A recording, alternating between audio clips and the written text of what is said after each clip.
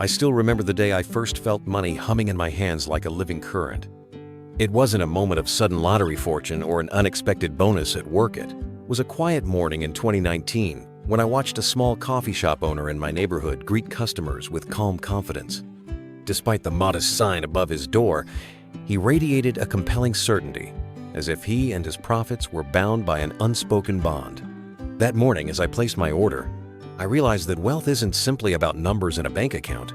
It is an energy, a resonant frequency we can learn to tune into, much like the ancient alchemists who believed gold sprang from the perfect alignment of celestial forces. In that realization lay the core promise of our journey. You can become a money magnet.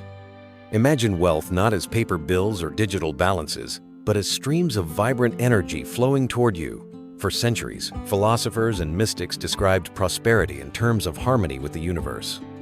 The Stoics spoke of aligning with nature's order. The Chinese sages of old taught about qi, or life force. Even modern quantum theorists hint at unseen fields linking intention with material outcomes. In Secret Knowledge, this book turns you into a money magnet. The author takes this timeless insight and weaves it into 30 chapters that serve as a roadmap of progressive initiation from awakening to embodiment of abundance.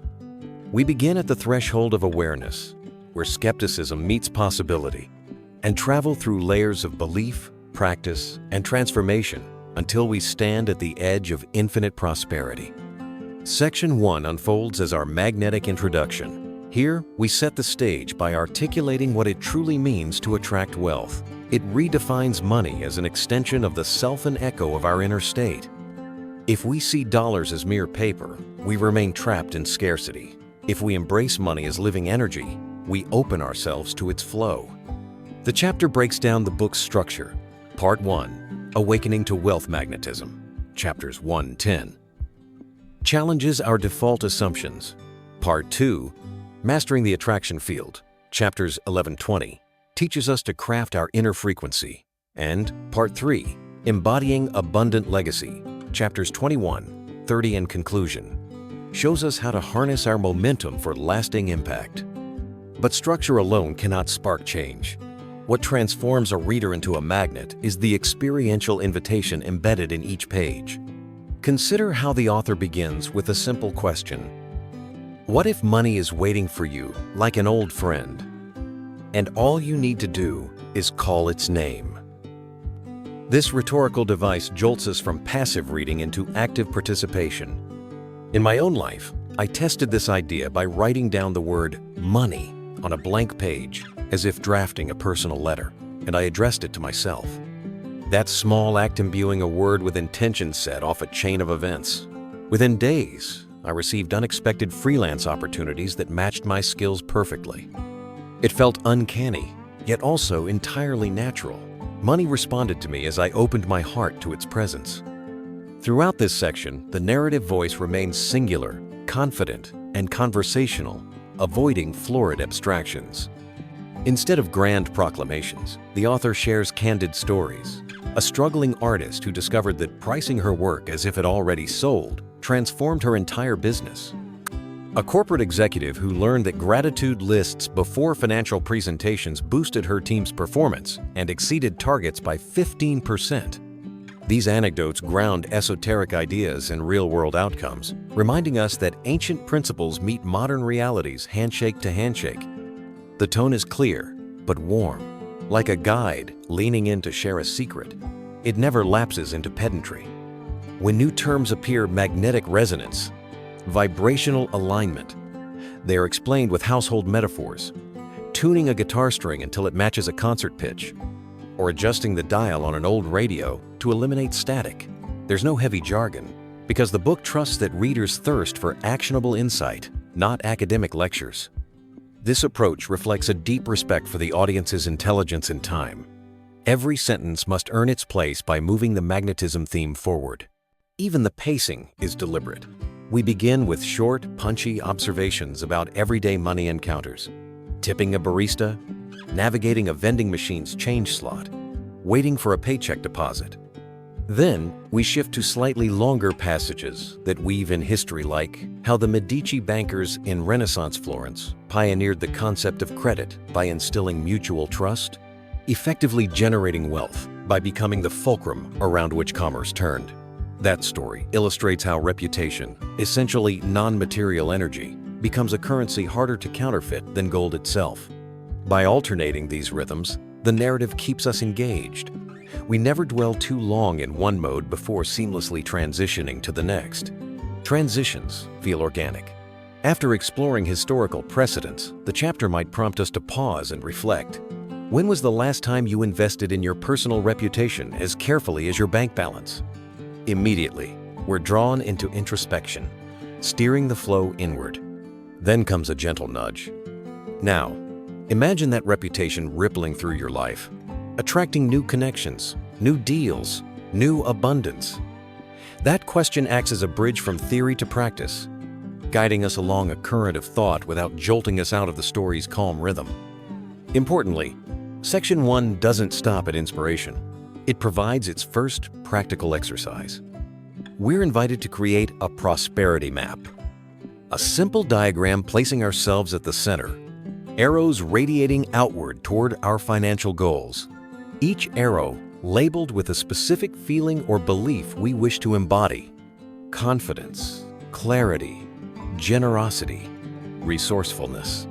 Then we annotate each arrow with one daily action: eye contact and networking calls, a short meditation on waterfront properties we dream of owning, a quick random act of kindness to prime the generosity circuit. This exercise makes the abstract palpable bland, according to the author's research. Mapping intentions visually activates neural pathways that drive corresponding behavior. In my case, adding the word kindness to my map led me to volunteer at a local shelter, where I met a mentor who later offered me a paid consulting contract. Coincidence? Perhaps. Yet it reinforces the chapter's central thesis. Energy begets energy, and our intentions are not whispers in the void, but signals that bounce back as opportunities. To tie this opening section together, we revisit that coffee shop owner briefly.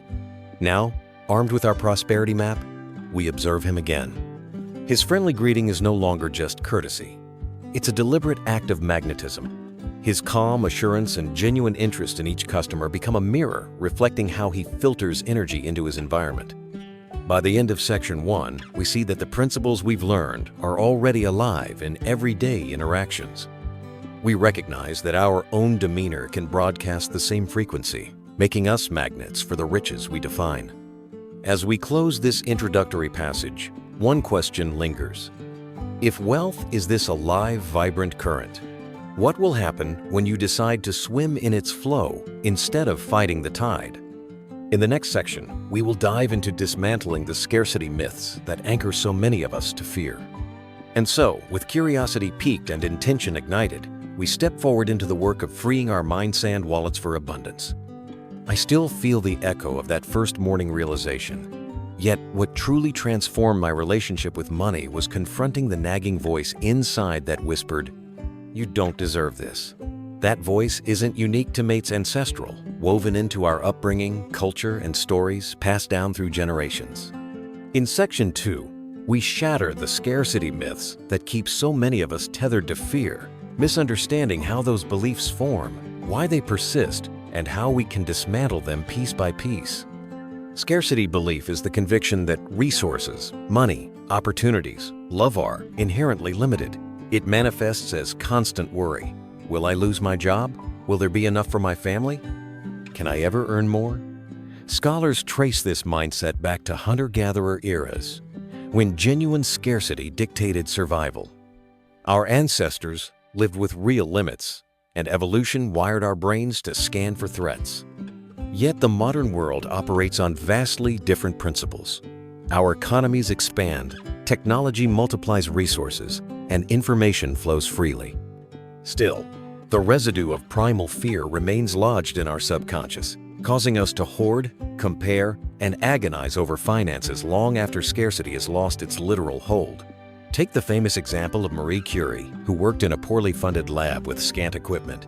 She once wrote to a friend about her fear that she lacked the tools to unlock radium's secrets. Rather than succumb to that worry, she reframed her situation. Each limitation became a prompt for creative problem-solving. Borrowed supplies, improvised instruments, and passionate collaboration compensated for financial shortfalls. Ultimately, her tenacity and willingness to transcend scarcity landed her 2 Nobel Prizes and forever changed our understanding of radioactivity. In our own lives, we can pivot, similarly recognizing that perceived shortage is often a springboard for innovation, collaboration, or renewed focus. Yet scarcity myths are rarely rational. They thrive in repetition through family stories about never having enough, through cultural narratives that praise suffering as noble, and through self-sabotaging talk like, "I'm not good with money." Each time we accept one of these myths, we reinforce neural pathways that bias us toward fear-based decisions, underselling our work, refusing to negotiate salary, or saving so obsessively that we miss growth opportunities. We might cling to excess caution, leaving potential gains unexplored, or conversely, we oscillate toward reckless spending to momentarily soothe anxiety, setting off cycles of guilt and regret. To break free, we must first shine light on these hidden scripts. I remember interviewing an entrepreneur friend who, despite multiplying her company's revenue 5-fold in 2 years, still withdrew only a modest personal salary. When I asked why, she confessed she'd internalized her parents' mantra, "Rich people are greedy." Though her profits soared, she felt undeserving. That awareness, seeing her actions through the lens of inherited belief, proved the turning point. She began journaling each time she hesitated to pay herself what she was worth, tracing that impulse back to childhood stories of relatives who lost fortunes overnight. By naming the myth, she stripped it of its power and gradually rewrote a new narrative, one where earning more simply meant expanding her capacity to give back. This process of myth-busting involves a deliberate question. Where did this belief originate, and is it still valid? We might discover family anecdotes, religious teachings, or social conditioning as the birthplace of our scarcity fears. Once identified, we apply rational inquiry. Does data support that there's never enough? Do people who earn more necessarily become less generous or happier? Almost always, the answer disproves the old story. Today's case studies abound of individuals who channel wealth into philanthropy, social enterprises, or community projects, proving that abundance often begets positive impact rather than entrenched selfishness. A powerful tool for dismantling scarcity is the abundance affirmation. Unlike generic mantras, these affirmations are grounded in personal evidence. If you once landed a surprise contract, your affirmation could be, "Opportunities expand when I remain open." The key is specificity. Tie the statement to a real event, and your brain will store that memory as proof against future doubt. Over time, repeating such affirmations rewires cognitive bias toward recognizing growth rather than loss. Research in neuroplasticity shows that our brains adapt according to recurring thought patterns, so each affirmation becomes another neural bridge strengthening resilient, abundance-oriented wiring. In practice, we start small. I encourage the entrepreneur friend to create a scarcity audit at the end of each week. List moments when she defaulted to fear-based decisions and contrast them with instances where she chose a more courageous path. This simple log raised her self-awareness, revealing patterns like underbidding clients or delaying investments. As she replaced each audited item with a deliberate action, raising her rates by 10%, automating a monthly marketing budgether, confidence soared. More importantly, her revenue continued climbing, confirming that shedding scarcity doesn't invite ruin, but rather unlocks potential. We also examined social influences. Our peer groups, colleagues, and even social media feeds broadcast scarcity signals, conversations about layoffs, images of debt, latent influencers, or jokes about being broke. These messages, while sometimes reflective of reality, tend to overemphasize lack. Counterbalance this by curating an abundance environment. Follow thought leaders who discuss wealth creation, join mastermind groups focused on growth, and minimize exposure to those who reinforce fear. This shift in input transforms your mental climate, making it far easier to let go of outdated scarcity scripts. Let us consider another example: NASA's Apollo program in the 1960s. Faced with the monumental challenge of landing a man on the moon, scientists and engineers overcame severe resource constraints, limited computing power, tight budgets, and untested technologies. Yet rather than fixate on limitations, they embraced the ethos that scarcity compels genius. Their "failure is not an option" mantra galvanized teams to deliver solutions that still astonish us. Today we celebrate their triumph as proof that scarcity myths, when challenged by bold vision and collaborative effort, can yield breakthroughs beyond imagination. Finally, we confront the personal cost of clinging to scarcity, stress, stalled growth, and the guilt of unfulfilled aspirations. Scarcity steals joy, reducing life to a ledger of losses and what-ifs. By contrast, adopting an abundance mindset liberates creativity, fosters generosity, and transforms risk into adventure. As we dismantle those limiting beliefs, we create intellectual and emotional space for new opportunities to arrive and for our minds to recognize them when they do. As Section 2 draws to a close, remember this: scarcity is not a given law of the universe, but a narrative we've inherited. Each time you question its validity, each affirmation you repeat, and each courageous choice you make, you chip away at its facade. You prove to yourself that abundance is real. And once you shake off the weight of fear, you stand ready to tune your frequency to the vibrational laws that will magnetize wealth and exploration we will undertake in the next section. The moment you begin to sense money as more than static coins in a jar when it shifts from object to oscillation, you step into the realm of vibrational wealth laws. This is where your inner frequency becomes the magnet that draws financial currents toward you. Imagine a tuning fork, vibrating at a precise pitch. When struck, it resonates in harmony with any object sharing that same pitch. Similarly, your beliefs, emotions, and expectations emit a frequency. The universe responds by matching that signal with opportunities, resources, and synchronicities of equal vibration. In Secret Knowledge, chapters 11 through 14 introduce us to the core principle: like attracts like. This isn't mere platitude. It's a foundational law echoed by thinkers as diverse as Pythagoras, who saw numerical harmony underlying all creation, and modern physicists who observe quantum entanglement. When two particles share correlated states, your intention and the universe's supply link across space. The challenge lies not in command of outside forces, but in aligning yourself with their underlying resonance. Take the story of Alan Shepard, the first American in space. Before his historic Mercury mission in 1961, Shepard underwent rigorous mental training alongside physical preparation. His instructors didn't just drill orbital mechanics. They guided him through visualization exercises to anchor confidence, composure, and success. By mentally rehearsing every moment from the rumble of the booster to the relief of splashdown, Shepard tuned his mind to a success frequency. When launch day came, his inner resonance harmonized with the spacecraft's vibrations rather than clashing against them, resulting in a flawless flight. This exemplifies vibrational alignment.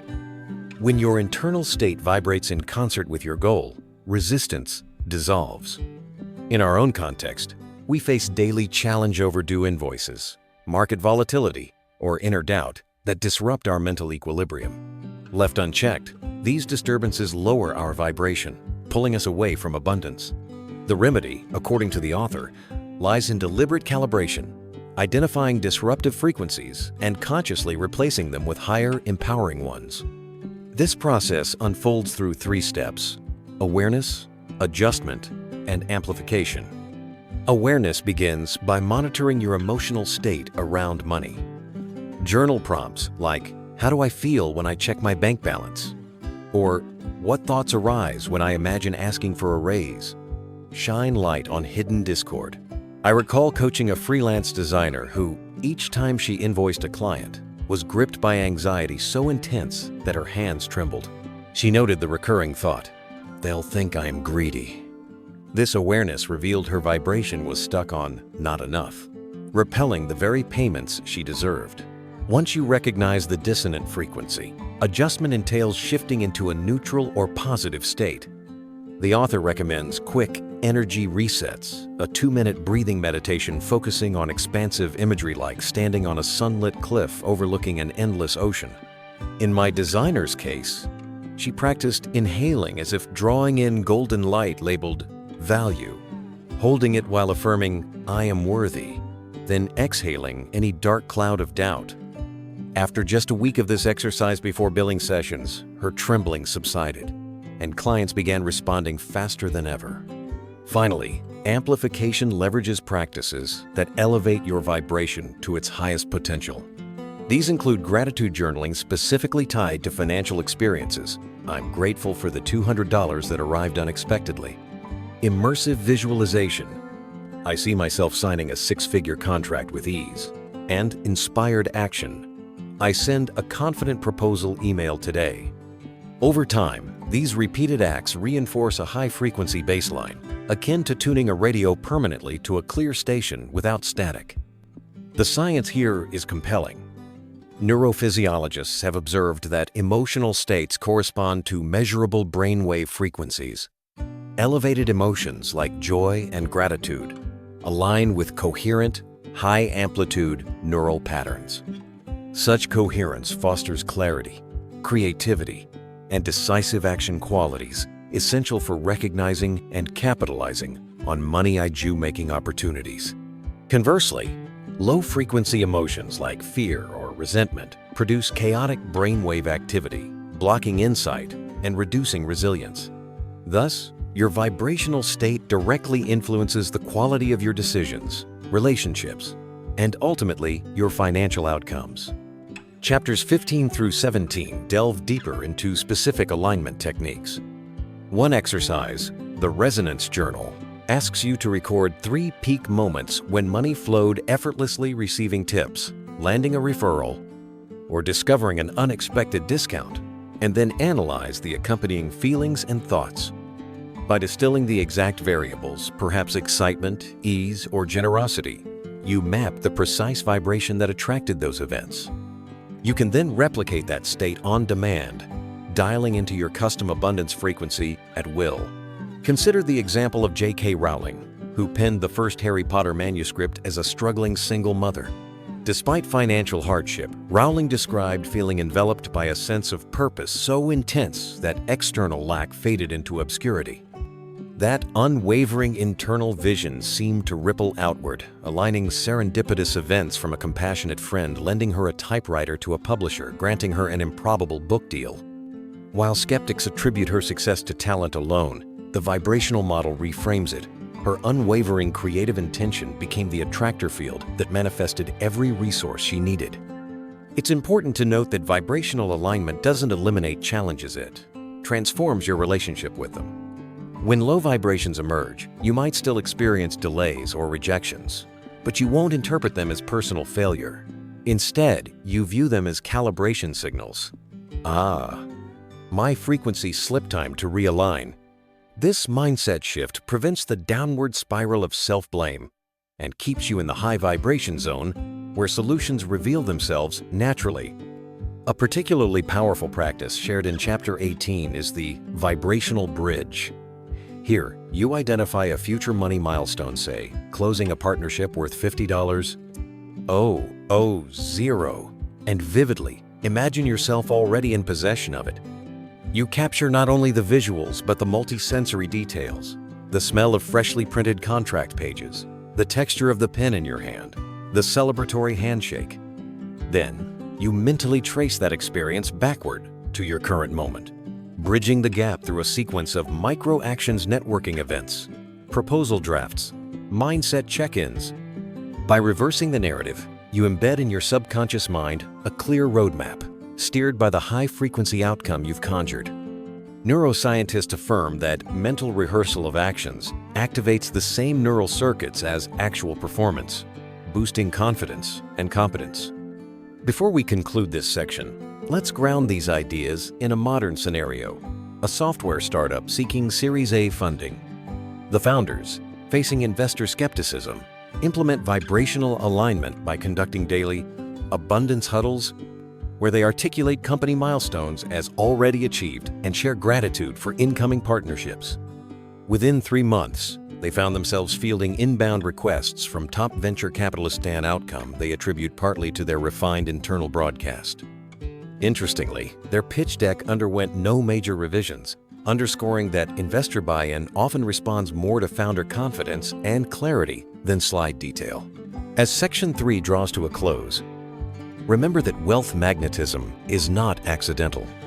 Like any skill, it demands conscious practice, monitoring your frequency, recalibrating when needed, and amplifying your core vibration through targeted rituals. Once you master these vibrational wealth laws, money shifts from being a distant prize to a faithful companion attuned to your every move. In the next section, we will explore how to cultivate the deep beliefs that sustain this frequency, ensuring that your magnetism remains strong even amid life's inevitable fluctuations.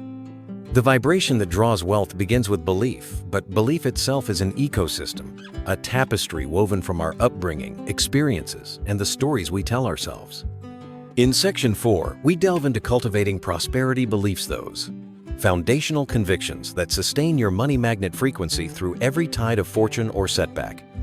Without these core beliefs firmly in place, any alignment, practice, or visualization ritual risks washing away like sandcastles at high tide.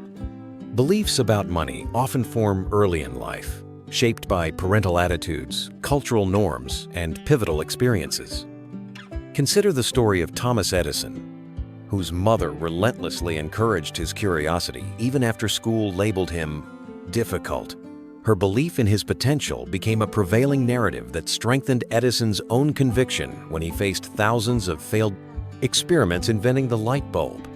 That unwavering inner belief powered him to persist until he achieved success. And it remains a testament to how nurturing prosperity beliefs can ignite outcomes beyond external resources. To begin cultivating such beliefs, we must first audit existing convictions. Grab a notebook and write down statements that arise automatically when you think of money. I have to work hard for every penny. Rich people are selfish. Or investing is too risky. Don't censor yourself. Record every thought. Next, challenge each statement. Why must effort equate to suffering? Does every wealthy individual lack character? Are risk and reward necessarily inseparable? This exercise of conscious questioning exposes beliefs that operate beneath awareness, allowing us to reframe or release those that no longer serve us. Chapter 19 of Secret Knowledge introduces the concept of keystone beliefs, key convictions whose validation influences multiple related beliefs. For instance, the belief "I deserve abundance" unlocks pathways to release beliefs about risk, worthiness, and generosity. To identify your keystone beliefs, look for themes that recur in your audit. Perhaps a pervasive sense of unworthiness, a fear of volatility, or an aversion to asking for more. Once you isolate a keystone belief, you can use targeted interventions affirmations, journaling prompts, and real-world tests to rewire it. One powerful technique is the evidence catalog exercise. Choose a keystone belief you wish to strengthen. Say, "I am worthy of financial success," and devote a page in your journal to gathering proof. This might include moments when you received praise for your work, times you negotiated successfully, or instances when your generosity fostered unexpected returns. By compiling tangible evidence, you override scarcity-driven doubt with concrete data, enabling your subconscious to accept the new belief as fact. In my own journey, I confronted the belief that money and spirituality conflict. Raised in a tradition that emphasized spiritual humility, I felt guilt when I acknowledged financial aspirations. To dismantle this, I curated stories of spiritually minded philanthropists, Mother Teresa's medical missions funded by donations, the Dalai Lama's book royalties supporting humanitarian projects, or modern yogis who build healing centers through community-funded initiatives. By cataloging these examples, I witnessed that wealth and spirituality can coexist, each enriching the other when aligned with purpose.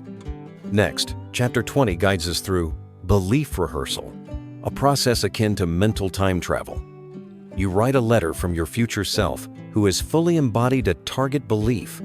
For example, draft a letter from your successful self describing how you overcame fear to launch your business, detailing the satisfaction of serving clients and the abundance flowing into your life.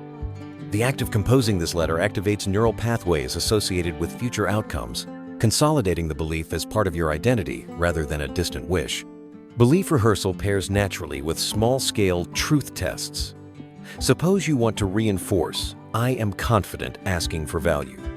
Your truth test could be negotiating a simple purchase asking for a small discount at a store, or requesting added features at no extra fee when buying a service. These low-stakes applications provide immediate feedback. Either you receive the request, evidence of success, or you encounter resistance, data on where to recalibrate.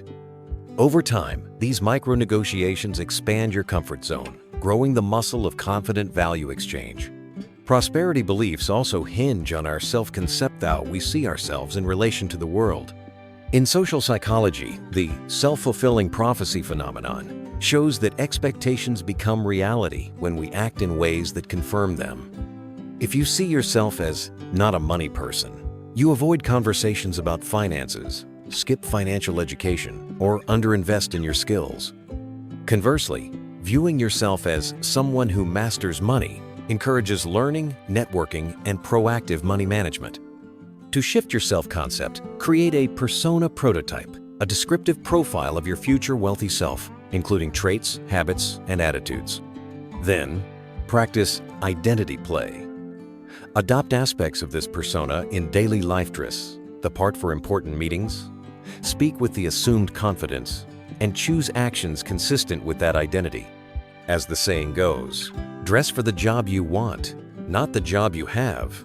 But here, it extends to mindset, language, and behavior, all aligning to reinforce your prosperity beliefs. Chapter 21 introduces belief anchors, sensory cues that trigger empowered states. You might select a specific piece of jewelry, a background image on your phone, or a brief chant, anything compact enough to use during the day. Associate this anchor with a potent memory or phrase like, "I welcome abundance." Each time you touch the cue, you prompt your mind to revisit the empowered state, breaking cycles of doubt. These anchors create reliable access points to your high-frequency self, especially when external circumstances threaten to derail your confidence. Finally, prosperity beliefs flourish in community. Surrounding yourself with individuals who embody abundance accelerates your own belief cultivation. Chapter 22 recommends assembling a belief board, a group of peers who commit to growth and hold each other accountable for belief practices. In mastermind sessions, participants share wins and challenges, reinforcing that success is not an isolated act, but a collective process. Research on group dynamics underscores this. Individuals in high-performing teams internalize team norms, raising personal standards through social proof and shared vision. Consider the Bangalore Tech Hub, where entrepreneurs pool resources, share coders, and cross-promote products. Their shared belief in India's digital future created an ecosystem where risk-taking felt safer, investments flowed more freely, and innovations emerged at blistering speed. That synergy exemplifies how community belief networks amplify individual convictions, turning local practices into global movements. As Section 4 concludes, reflect on these questions. Which belief, once reprogrammed, would unlock the greatest growth? How will you gather evidence for that belief this week? By actively curating your belief environment through audits, rehearsals, tests, and anchors, you build an unshakable foundation for your money magnet journey. Next, we dive into visualization rituals, the bridge between inner conviction and external manifestation. When beliefs form the bedrock, visualization rituals become the bridge that carries intention from mind to material reality. Imagine standing before a blank canvas each morning and painting, stroke by deliberate stroke, the life you wish to lead. These rituals, detailed mental rehearsals of success scenarios, do more than comfort us. They prime neural pathways, align emotions, and set into motion the vibrational currents that draw opportunities like iron filings to a magnet.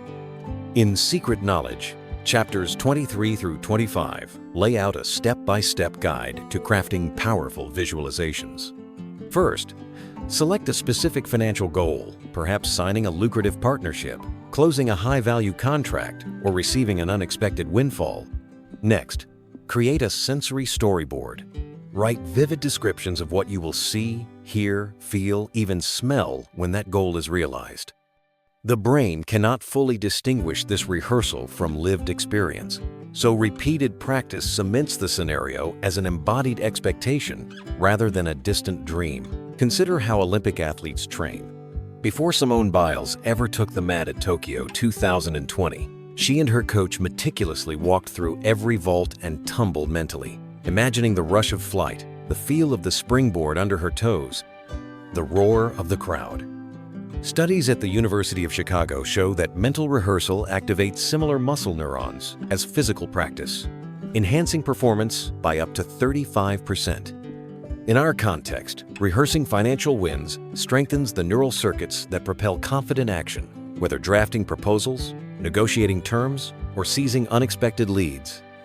A practical exercise from the book begins with a daily vision session, scheduled at a consistent time and place ideally when your mind is calm, such as just before sunrise or before bed.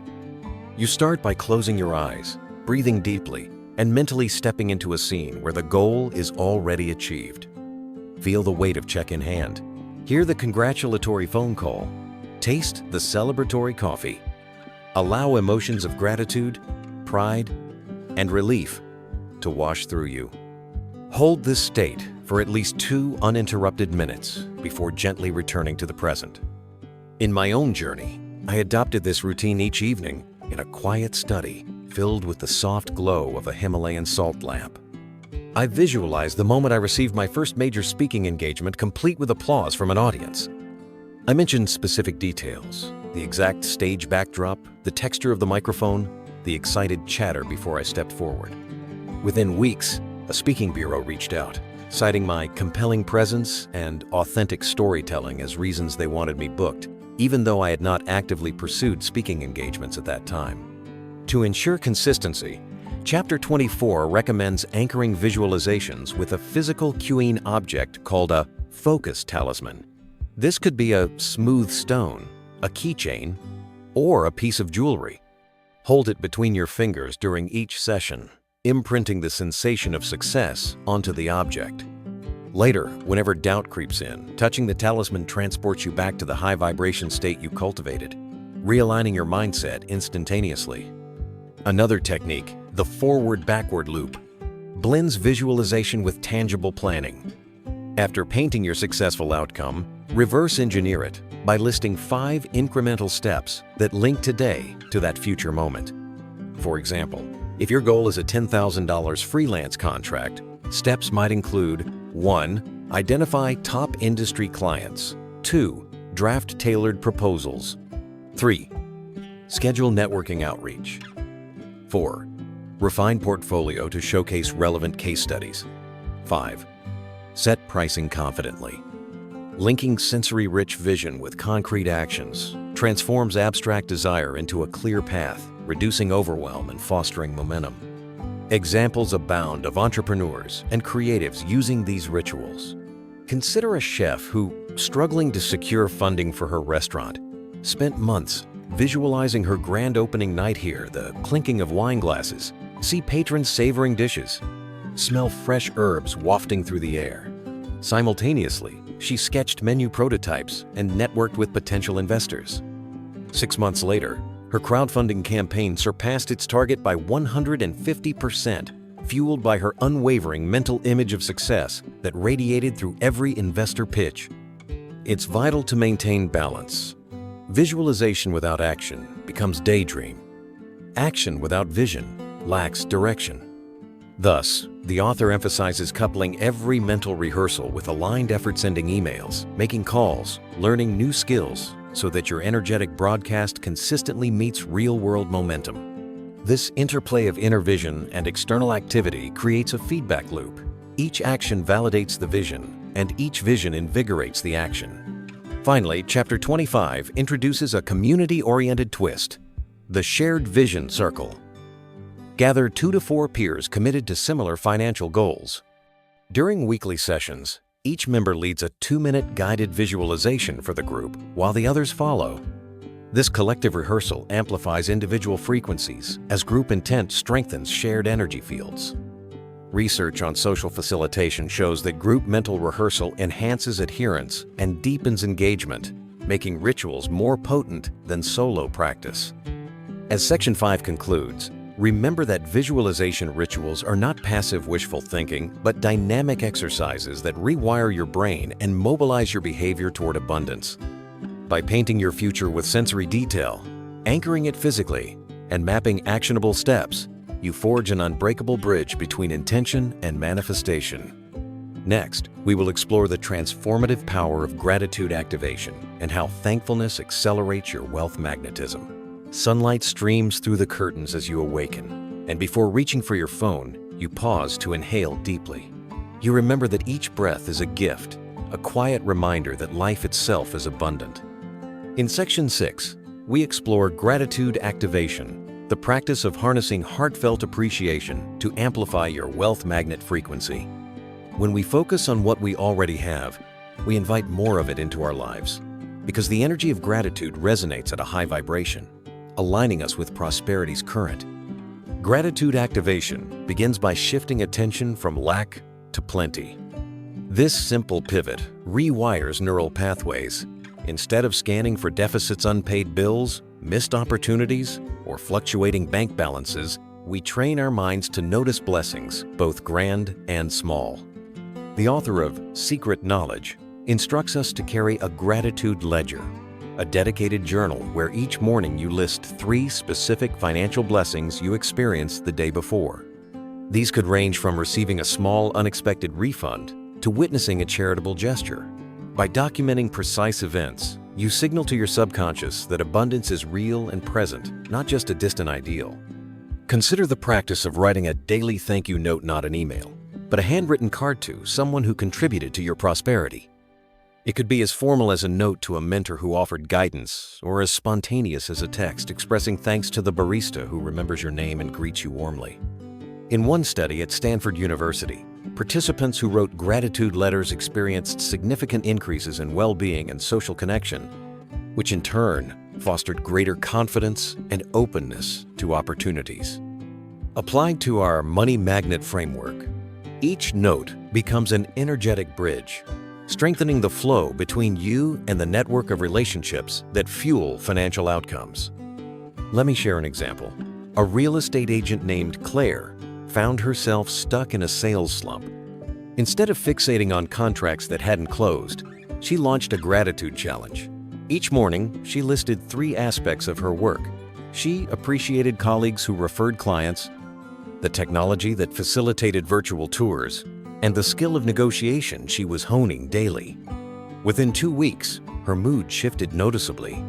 She felt buoyant, energetic, and more proactive. That renewed optimism translated into a successful outreach campaign. She personally thanked 10 past clients for their referrals, reigniting their goodwill and prompting 2 new listings. Her weekly sales then climbed by 25%, a clear testament to gratitude's catalytic effect. The author goes further by weaving gratitude into financial rituals. Rather than mentally tallying debts, we pause each time we pay a bill, rent, utilities, or services, and silently acknowledge the value received in exchange. When you swipe your card for a utility payment, say to yourself, "I'm grateful for heat, light, and clean water that support my well-being." This subtle practice reframes payments from drains on your resources into affirmations that transform every transaction into a moment of abundance. Over time, this mental reframe rewrites your emotional associations with spending, reducing guilt or friction, and leaving you open to receive. Chapter 26 introduces gratitude compounders, deliberate actions that amplify appreciation beyond routine exercises. One such method is the 60-second spotlight. Several times daily, set a timer for 1 minute and focus solely on a specific financial blessing: the interest accrued on savings, the security of an emergency fund, or the ease of online banking. As you observe each detail, the incremental growth, the sense of safety, the convenience, you engage with the abundance present right now. Neuroscience suggests that even brief gratitude practices can boost dopamine and serotonin levels, elevating mood and alertness. In turn, Heightened mental clarity reveals new pathways for earning and saving. Another compounding technique is the reverse gratitude walk. Choose a peaceful outdoor Satinga park, a quiet street, or a nature trailland with each step. Vocalize inwardly what you appreciate about money's role in your life. Thank you for the food I buy. Thank you for the roof over my head. Thank you for the skills that enable me to earn. By combining physical movement with grateful reflection, you embed the practice into body and mind, reinforcing neural connections more powerfully than stationary journaling alone. The importance of gratitude activation becomes even clearer when we examine high-profile examples. Oprah Winfrey famously begins each day by asking herself, "What am I grateful for today?" She attributes this habit to her resilience through personal and professional challenges.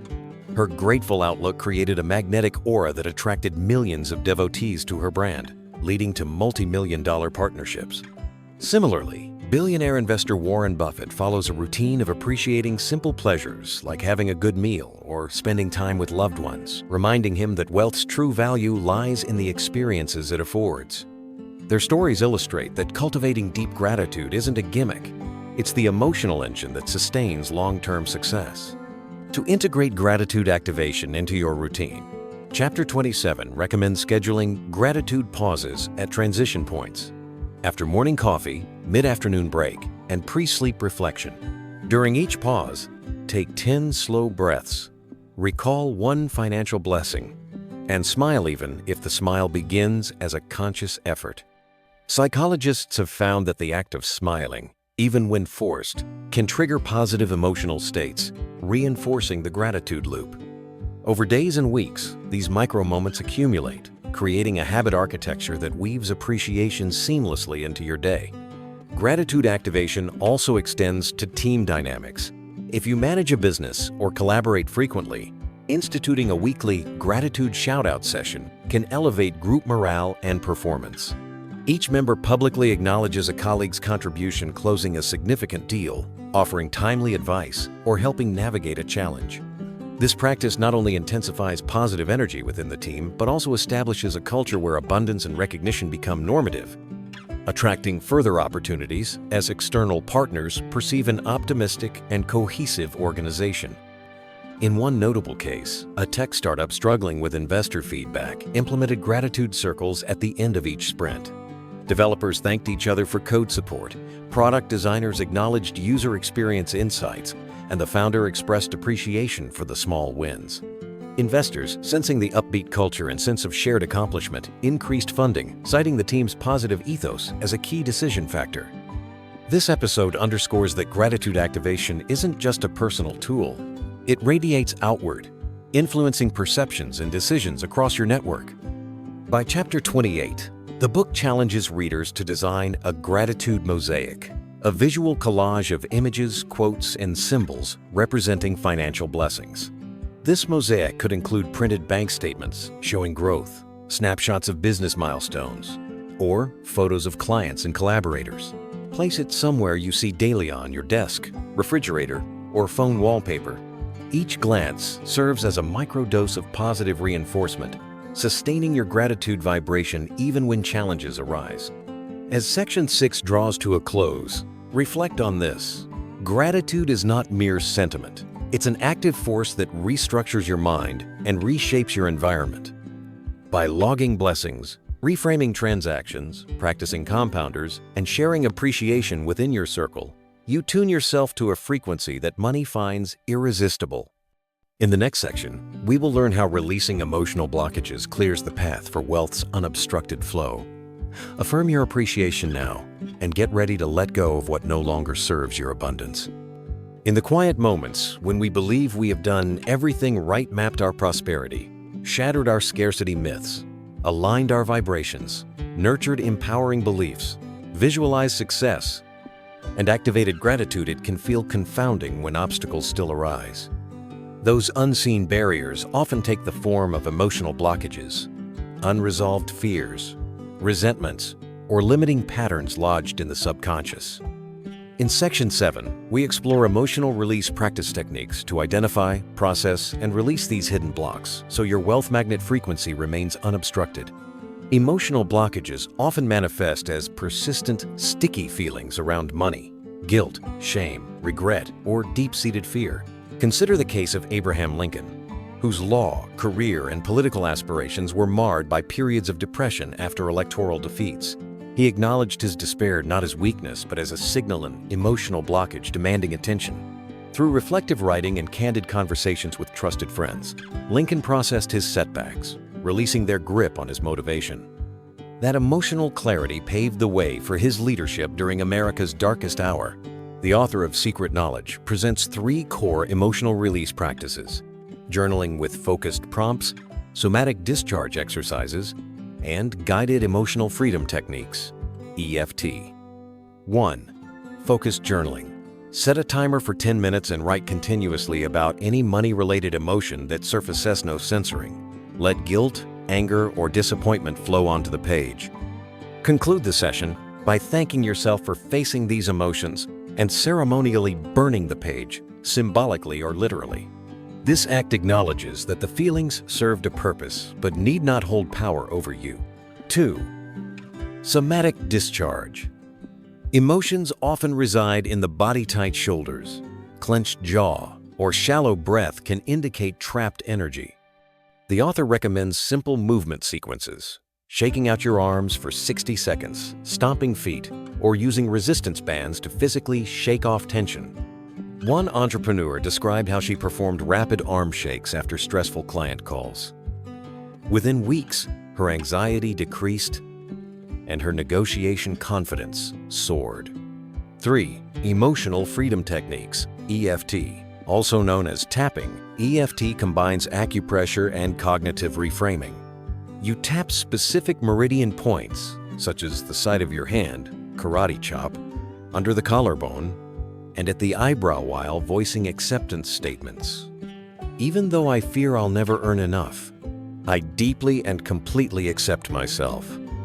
This synchronized approach calms the nervous system and rewires neural pathways associated with the targeted emotion. Applying these methods, we begin to dismantle the subconscious roadblocks. Take the example of a small business owner beset by lingering resentment toward a former partner who reneged on an investment agreement. Through focused journaling, she unearthed deeper fears of abandonment and betrayal. Somatic discharge exercises helped release the physical tension that accompanied each memory, and EFT reframed her self-worth. Even though I was hurt, I am open to receiving fair and supportive partnerships. After a month of consistent practice, she reported feeling lighter, more optimistic, and secured a new collaborator within weeks. These practices also work in tandem with the visualization rituals from Section 5. After completing a guided imagery session, you might notice a sudden emotional knot, perhaps impatience or doubt creeping in. Instead of ignoring it, pause and apply a brief tapping sequence on the collarbone point, acknowledging the resistance. Even though I feel impatient, I remain open to divine timing. This immediate emotional clearing prevents blockages from undermining your high-frequency state. The author warns against forced positivity pretending negativity doesn't exist. True release involves acknowledgement. When you journal your fears or tap through your shame, you honor the emotion's message. Often, it's signaling a misalignment between your current state and your aspirations. By integrating emotional release practices into your regular routine, perhaps as a closing ritual for your nightly gratitude, pause you, ensure old patterns don't resurface to disrupt your flow. As Section 7 concludes, remember, emotional health is the foundation upon which your wealth magnetism stands. Unreleased feelings are like hidden rocks in a riverbed, causing turbulence and diverting currents. By clearing these obstructions through journaling, somatic movement, and tapping, you restore the river of abundance to its smooth, powerful flow. Next, we delve into momentum-building habits that keep your prosperity practice alive day after day. Momentum is the engine that propels dreams into reality. Even the most inspiring vision or belief falters without consistent actions reinforcing them.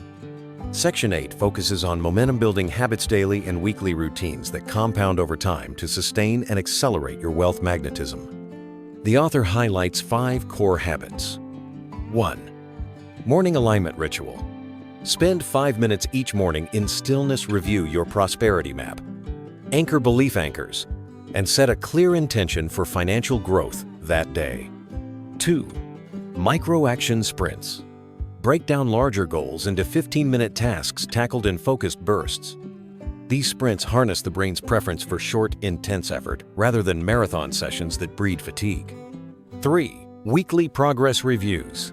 At week's end, audit your wins, lessons learned, and next steps. Celebrate small victories to reinforce positive feedback loops and adjust plans where needed. 4. Continuous learning sessions. Dedicate 30 minutes daily to improving financial literacy, reading articles, watching expert talks, or practicing negotiation scripts. 5. Community check-ins.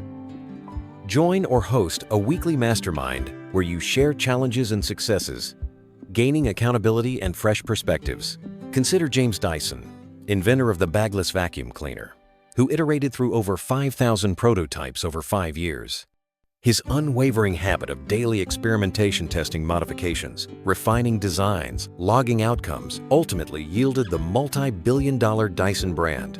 While your context may differ, the principle remains. Small, consistent efforts snowball into transformative breakthroughs. Implementing these habits begins with habit stacking, attaching a new practice to an existing routine. For instance, after brushing your teeth, you immediately review your prosperity map. Or before your daily lunch, you conduct a 2-minute micro-action sprint toward a pending invoice. By linking new habits to established anchors, you bypass resistance and weave prosperity work into your lifestyle. The author introduces a tracking tool called the Momentum Calendar, a visual grid where you mark each completion with an X. Over time, your primary objective becomes maintaining an unbroken chain of X's, the Seinfeld strategy of don't break the chain. This simple visual cue creates intrinsic motivation. No one wants to be the person who interrupts a habit streak they've built. Momentum also thrives on flexibility. Rigid schedules can snap under pressure. Thus, the author recommends time flexibility windows rather than fixed slots. Instead of scheduling your learning session exactly at 3 p.m., define a window between 2:34 p.m. This buffer accommodates unexpected demands without derailing your momentum habits entirely. A notable example comes from the world of professional sports. Basketball star Stephen Curry practices shot repetition stations, dedicating short intervals to specific shots, corner threes, pull-ups, free throws throughout the day. His cumulative practice, though fragmented, yields championship-level precision. Similarly, micro-action sprints across various financial tasks, drafting pitches, studying contracts, networking, outreach. Build your proficiency in parallel, ensuring no skill lag hinders your magnetism. Beyond individual habits, momentum-building habits extend to tracking emotional and energetic states. Each evening, note your vibration level on a simple scale of 1-10 and identify factors that influenced it. Did a networking call energize you? Did a budget review deflate your mood? This meta-awareness allows you to adjust your practice, perhaps adding an extra gratitude pause after low-scoring days or scheduling a somatic release when stress peaks. Finally, Section 8 emphasizes celebrating milestones. Recognizing progress like completing a month of uninterrupted visualization rituals or landing your first high-ticket client activates reward circuits in the brain, reinforcing the desire to continue. The author suggests designing milestone markers, tangible celebrations such as a special meal, a day trip, or a small gift when you reach defined thresholds.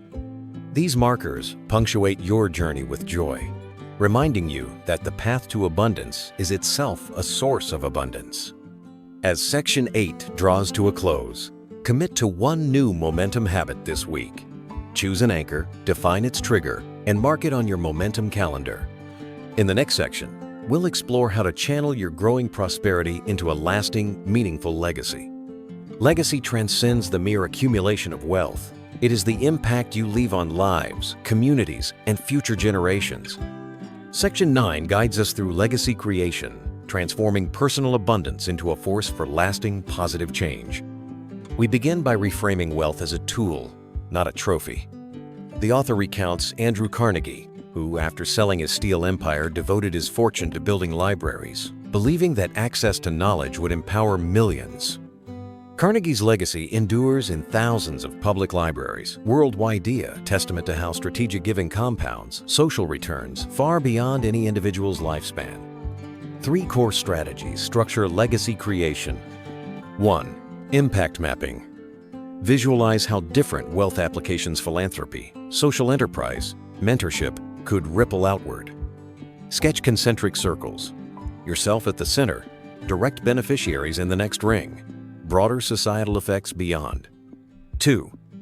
Purpose alignment. Align legacy initiatives with your core values and passions. If environmental sustainability fuels you, consider funding clean energy startups. If education drives you, create scholarship programs. Authenticity ensures sustainability of impact. 3. Generational planning.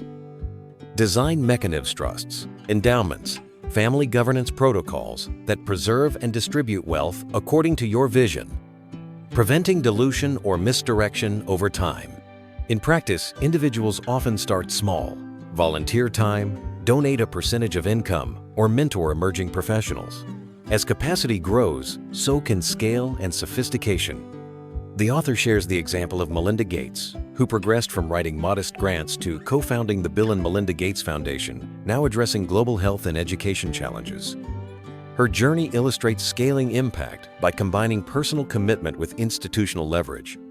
Legacy creation also demands strategic partnership.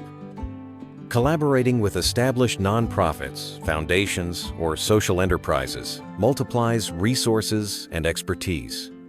Instead of reinventing the wheel, you plug into proven systems, providing capital, advisory support, or network access. In one case study, a tech founder partnered with a microfinance organization, channeling loans to women entrepreneurs in developing regions. The partnership structure enabled loan repayment rates above 95%, validating that aligned resources and community knowledge yield sustainable outcomes. Moreover, Section 9 emphasizes storytelling as a legacy multiplier. Document your journey, challenges, and triumphs through writing, video, or public speaking to inspire others and attract collaborators. The author highlights Nelson Mandela's memoir, Long Walk to Freedom, which chronicled his struggle and vision, galvanizing global movements against apartheid. Mandela's story continues to teach resilience, forgiveness, and justice values that endure far beyond his lifetime. Implementing legacy creation begins with a single action. Define one giving goal for the next year. Whether it's mentoring 2 youth, contributing 1% of income to a cause, or launching a community initiative, clarity breeds momentum.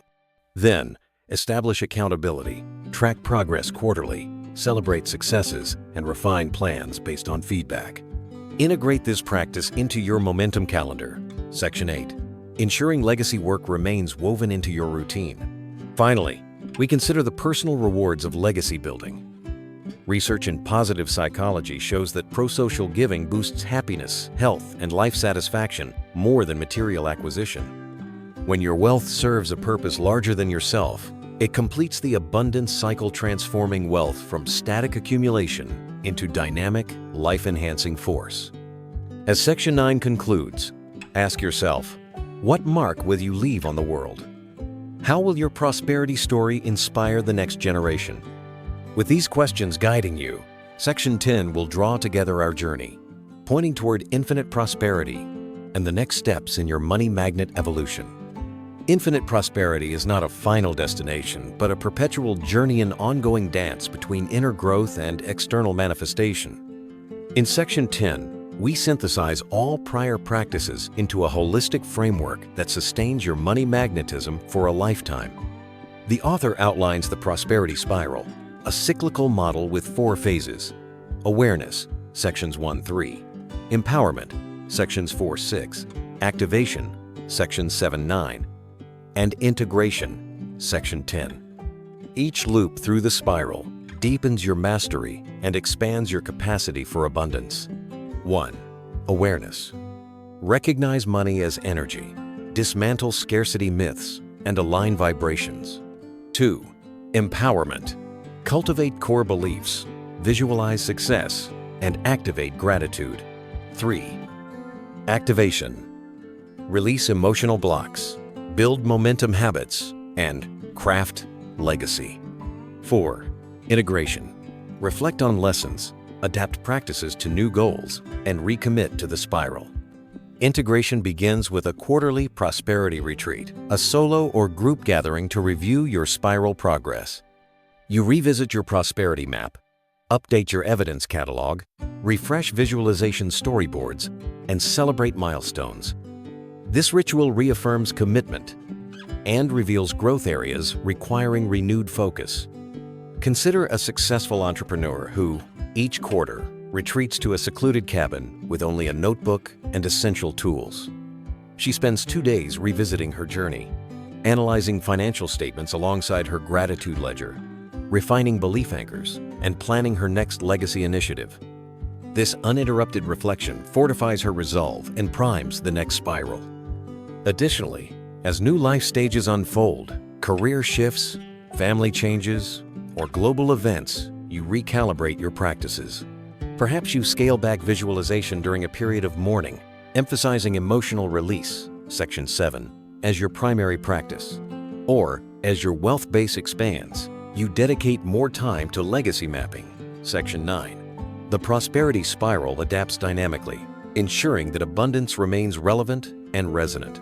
Section 10 also emphasizes mentorship as integration. Teaching others not only amplifies your influence, but deepens your understanding.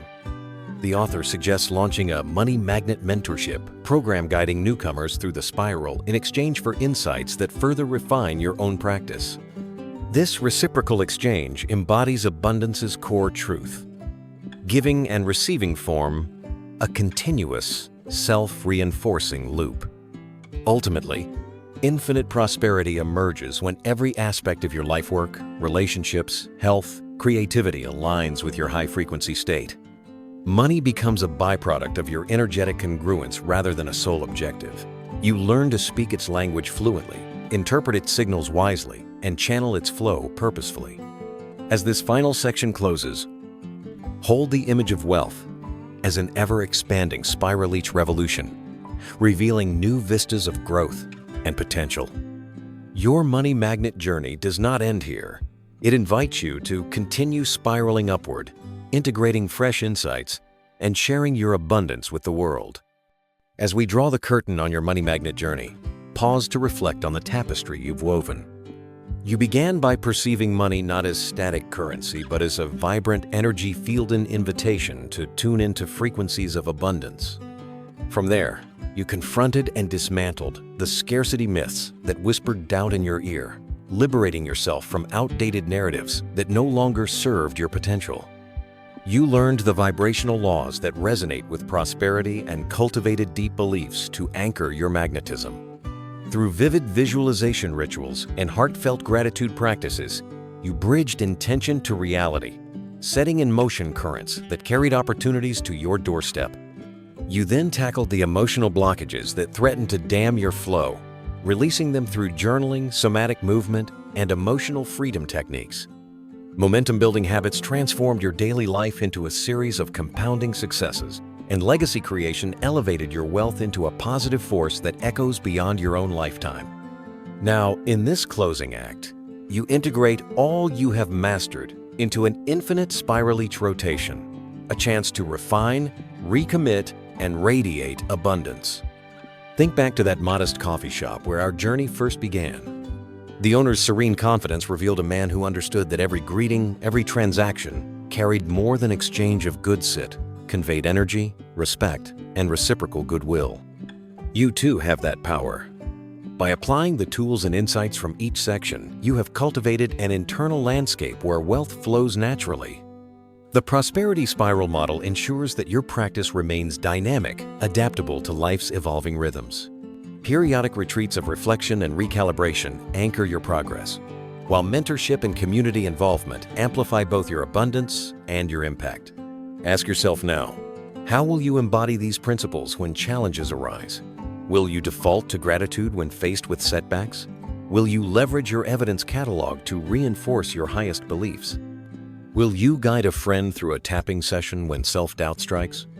The true measure of your transformation lies not in one-time breakthroughs, but in the habitual return to your prosperity practices, spiraling ever upward in a harmonious dance with opportunity. Your journey as a money magnet is far from over. As you move forward, carry with you the knowledge that wealth is not external, it is woven into your thoughts, emotions, and actions. Each decision you make broadcasts your frequency, attracting matching energies. Use this awareness to shape a life of intention. Negotiate deals with empathy, invest with conviction, and give generously, knowing that your gifts return multiplied. Finally, commit today to one small act that honors your journey, whether it's starting a fresh verse in your gratitude ledger, sharing this journey with a mentor, or creating your first legacy map. That single ripple can set in motion a new spiral of abundance, benefiting not only you, but everyone whose lives you touch. Embrace your role as a conduit of prosperity, and watch as the currents of wealth continue to flow, unbounded and ever expanding.